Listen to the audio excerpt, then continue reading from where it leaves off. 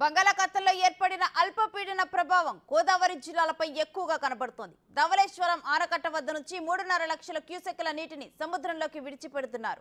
గోదావరి పరివాహక ప్రాంత గ్రామాలన్నిటిలోనూ హెచ్చరికలు జారీ చేశారు. లోతట్టు లంక గ్రామాల ప్రజలను సురక్షిత ప్రాంతాలకు తరలి వెళ్లాలని హెచ్చరించారు.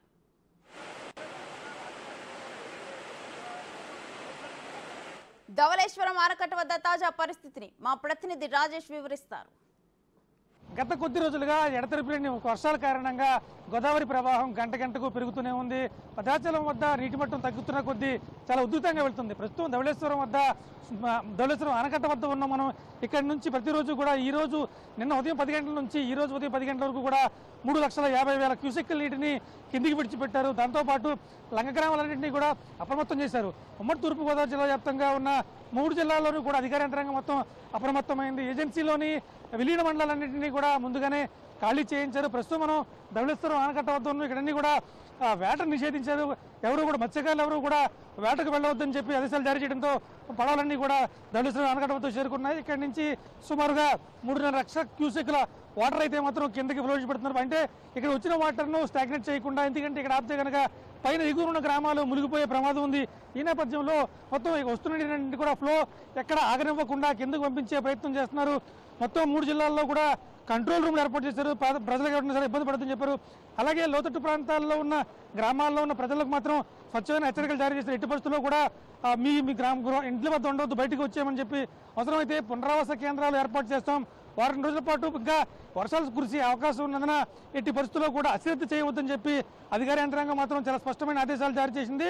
దాంతోపాటు అధికార యంత్రాంగానికి సెలవులు కూడా రద్దు చేసింది. విద్యుత్ శాఖ కావచ్చు, పంచాయతీరాజ్ కావచ్చు, అన్ని శాఖలని కూడా సెలవుల్లోనూ కూడా రద్దు చేసుకుని ఒకటిన విధుల్లోకి హాజరు కావాల్సిందిగా ఆదేశాలు జారీ చేశారు. అలాగే ఏజెన్సీలోని చింతూరు, ఎటపాక, కోనవరం మండలాలకు సుమారుగా 18 గ్రామాలకు ఇప్పటికే రాకపోకలు స్తంభించిపోయాయి.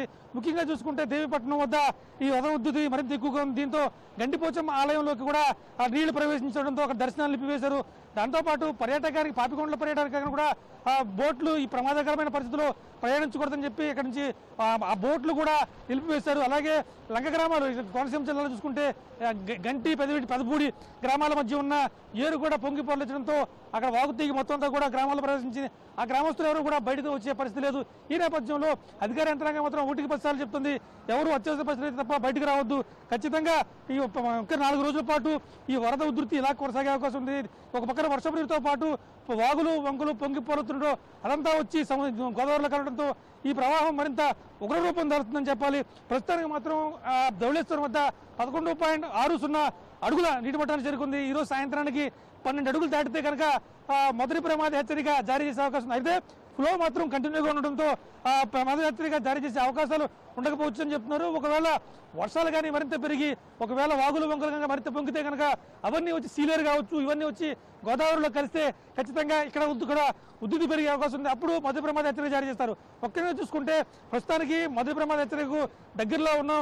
ఒకవేళ కనుక ఇలాగే కొనసాగితే కనుక రేపు ఉదయానికి 2వ ప్రమాద హెచ్చరిక, అంటే 16 అడుగులు చేరుకుంటే కనుక 2వ ప్రమాద హెచ్చరిక జారీ చేసే అవకాశం ఉంది. అయితే ప్రస్తుత వాతావరణ పరిస్థితి పెట్టుకుంటే ఖచ్చితంగా ఇంకా పెరుగుతుంటున్నారు. కాబట్టి మొదటి ప్రమాద హెచ్చరికతోనే ఆగుతుందా, లేకపోతే ఇప్పటికే సముద్రంలోకి రోజుకు 3.5 లక్షల క్యూసెక్కుల నీటిని విడిచిపెడుతున్న పరిస్థితి ఉంది. మొత్తం చూసుకుంటే రేపు మధ్యాహ్నానికి కానీ మళ్ళీ 2వ ప్రమాద హెచ్చరిక జారీ అయ్యే అవకాశం ఉందా? ప్రస్తుతానికి మాత్రం ఎటువంటి ఇబ్బంది లేదు. ప్రస్తుతానికి లోతట్టు ప్రాంతాల ప్రజలందరూ కూడా అప్రమత్తం చేస్తాం. జిల్లా అధికార యంత్రాంగం అంతా కూడా సిద్ధంగా ఉంది. ప్రజలు ఎటువంటి ఆందోళన చెందాల్సిన అవసరం లేదు. ఏ రకమైన ఇబ్బంది వచ్చినా సరే కంట్రోల్ రూమ్కు ఫోన్ చేయాలని చెప్పి జిల్లా అధికార యంత్రాంగం చాలా స్పష్టంగా చెబుతున్న పరిస్థితి. కెమెరామెన్ రవిశంకర్తో రాజేష్, బిగ్ టీవీ, ధవళేశ్వరం ఆనకట్ట నుంచి.